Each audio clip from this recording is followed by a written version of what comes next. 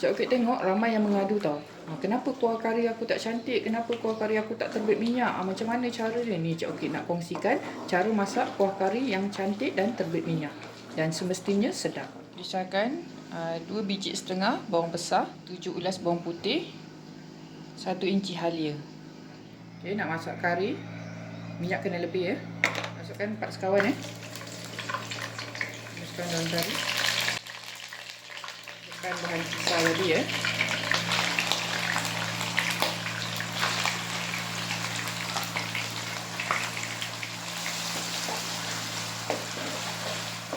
Tumis semua bahan ni sampai naik bau ya. Jadi kalau tak cukup minyak boleh tambah sikit-sikit Sebab nanti kita nak tumis rempah kari dengan cili kisar. Jadi minyak kena lebih lah supaya bahan tu senang nak garing, masak sekata. Okay, bila bawang dah sedikit garing, bau maung bawang dah hilang, kita boleh masukkan cili kisar dan serbuk kari. Cili kisar ni dapat mencantikkan kita punya warna kari. Kalau tak suka pedas, letak cili yang tak pedas. Kalau suka pedas, boleh letak yang pedas. Nak campur pun boleh, pedas dan tak pedas ni supaya kita punya warna kari memang cantik. Nak warna kari cantik, kena masukkan cili kisar. Itulah rasa dia ya. Minyak kena cukup supaya kita punya bahan-bahan ni senang nak garing. Lepas tu masukkan serbuk kari daging ya. Cik Okey guna serbuk kari babas ni.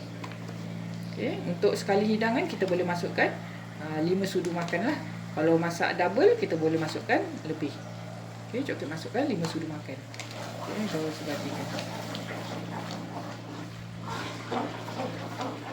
Okay, macam ni minyak tak cukup, kita kena tambah sikit. Tambah minyak tu tambah sikit-sikit tau. Jangan terus banyak. Sebab kita tak nak dia terlalu banyak minyak. Kita nak dia minyak yang cukup untuk menggaringkan kita punya bahan-bahan ni. Api kena perlahan bila kita dah masukkan rempah kari, api kena perlahan, masak lama. Masak lama sampai rempah kari ni betul-betul garing dan terbit minyak macam sekarang ni kita tengok dia belum terbit minyak. Jadi kita masak lagi dengan api yang perlahan. Api jangan kuat nanti kuah kari kita dia tak jadi. Kuah dia rasa pahit. Okay, lagi satu tips untuk kita punya kuah kari menjadi lebih sedap.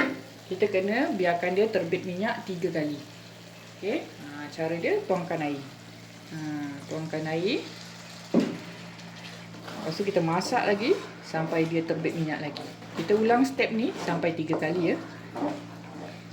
Barulah kita punya rempah kari betul-betul masak dan garing dan terbit minyak cantik.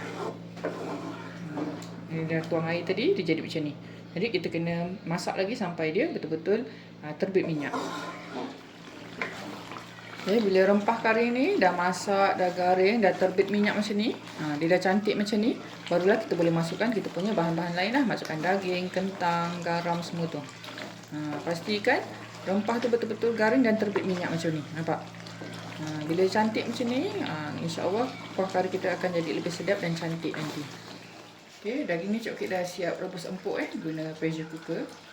Okay, masukkan macam ni.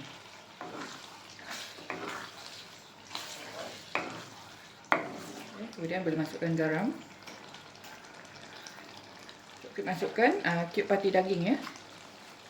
Untuk kuah kari ni ikut selera masing-masing nak kuah pekat ke, kuah cair ke, okey. Ni air rebusan daging tadi, masukkan sikit-sikit. Ikut kepekatan yang kita nak.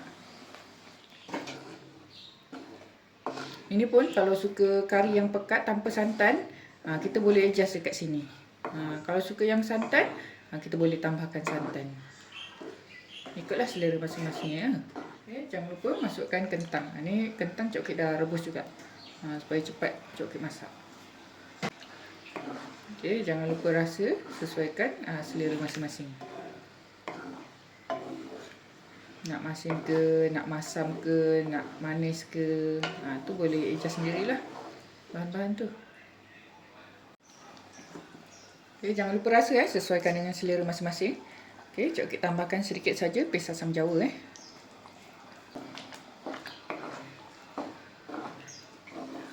Okay, ni kepekatan dia. Kalau suka cair boleh tambahkan lagi air Okay. Bagi yang suka santan boleh tambahkan sedikit santan, tak perlu banyak, sedikit sahaja.